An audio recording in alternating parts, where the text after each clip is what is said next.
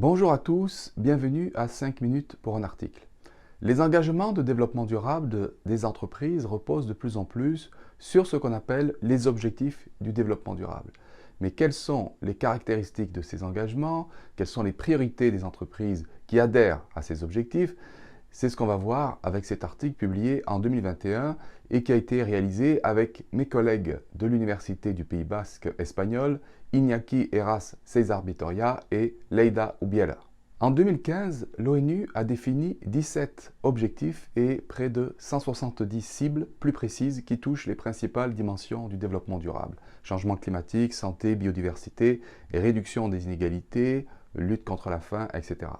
Et pour beaucoup d'entreprises, ces objectifs et ces cibles ont été utilisés pour redéfinir leurs engagements en matière de développement durable. Et c'est plutôt une bonne chose parce que les objectifs du développement durable sont centrés sur des enjeux fondamentaux à l'échelle planétaire et pas seulement sur des préoccupations souvent biaisées des dirigeants, des entreprises ou encore de certaines parties prenantes locales.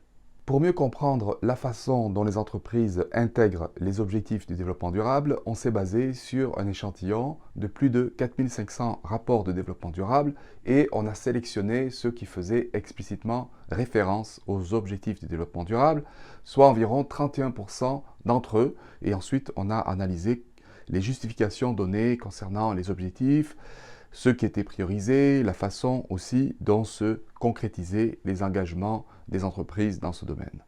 Concernant les motivations à l'utilisation des objectifs du développement durable, moins de 10% des entreprises les mentionnent, ce qui semble indiquer que finalement la prise en compte de ces objectifs est devenue une pratique courante qui n'a pas besoin finalement de justification.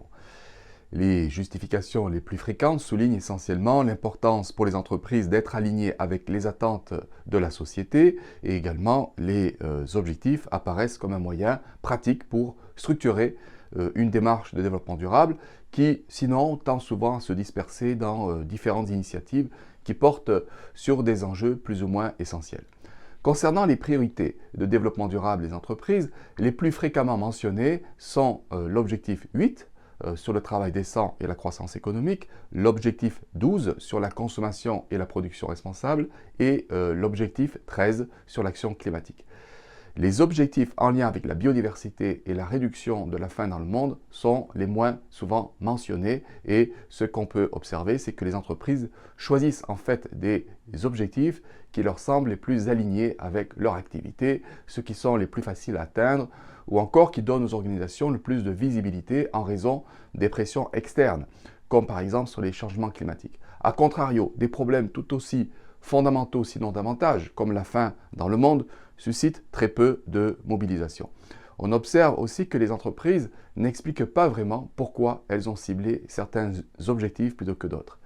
Pour terminer, très peu d'organisations donnent des informations sur l'opérationnalisation des engagements en lien avec le développement durable. Par exemple, seulement 4% des entreprises de l'échantillon donnent des exemples d'initiatives concrètes en lien avec les objectifs et 2% décrivent des indicateurs spécifiques liés à ces objectifs. L'article montre également la façon dont les entreprises utilisent les objectifs pour légitimer a posteriori les actions en place, parfois depuis très longtemps, et donc il s'agit souvent d'une démarche d'emballage, d'enrobage, de ce qui se fait finalement déjà dans l'organisation, beaucoup plus que d'un outil de changement permettant une meilleure intégration du développement durable dans l'organisation. En conclusion, l'étude tend à indiquer que les objectifs du développement durable sont davantage utilisés par les entreprises comme un outil de communication, comme une sorte de concept à la mode, plutôt que comme un outil de gestion permettant de mieux structurer une démarche de développement durable et d'initier de nouvelles mesures dans ce domaine. En bref, les pratiques en matière de prise en compte des objectifs de développement durable s'apparentent trop souvent à une forme de greenwashing. Et c'est bien dommage parce qu'une meilleure prise en compte de ces 17 objectifs permet finalement de mettre en lumière des enjeux importants et qui sont souvent négligés dans les politiques de développement durable.